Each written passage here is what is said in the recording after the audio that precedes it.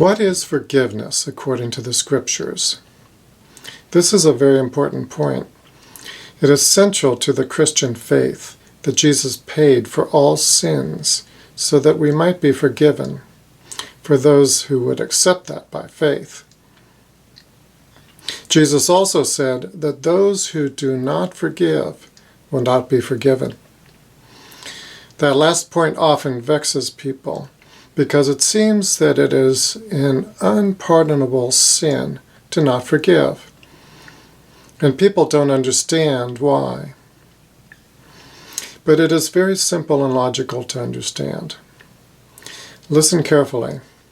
If you claim to believe that Jesus paid for all sins, then you must believe that a person who sins against you has been forgiven of that sin by God. If you still hold that sin against them, then you are at odds with God and don't really believe that Jesus paid for all sins. Therefore, you are not a believer and will be condemned if you persist in that unforgiveness and do not change your mind. Did you get that? If you didn't, then back up the video and play that part again. Christians forgive because of Christ in them. Non-Christians don't. It is that simple. Now, it is very important to understand what forgiveness is and isn't. Let's look at how the word is defined in the original language of the New Testament.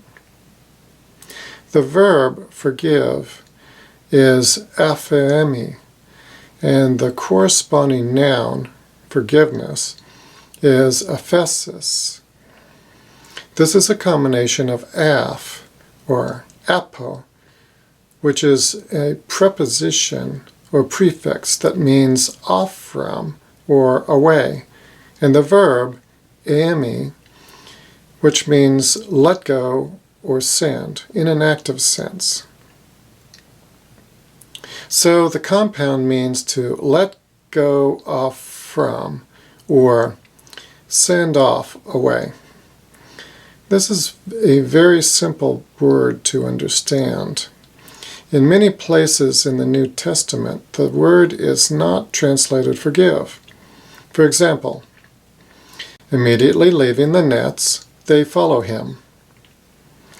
Or, immediately leaving the ship and their father, they follow him. Or, Peter said, "Behold, we leave all and follow you." Or, leaving the precept of God, you hold to the tradition of men. Or, and leaving him, they all fled. That is, fled from Jesus in the Garden of Gethsemane. Or, Jesus said to them, "Leave her." That's the woman who was anointing the feet of Jesus with expensive perfume. Or, leave the little children, and do not be forbidding them to be coming toward me. In each of these cases, the word leave is the same word as what it is translated in other places as forgive. In fact, out of 163 times the original word is used, it is only translated forgive, or pardon, or something to that effect, 67 times. In the English language and modern times, it is best to think of the financial use of the word forgive. If a debt is, quote, forgiven, unquote, it is canceled and not held to one's account anymore. From this you can see an important point, which is that forgiveness is not a feeling, but a condition where you do not hold the debt or transgression to someone's account anymore. Your decision and corresponding actions will determine whether you have forgiven someone. In a modern landscape of people saying that they have forgiven, while divorcing, suing, and demanding justice for wrongs done to them, talk is cheap, but actions speak louder than words. Note that a sin cannot be reversed or undone.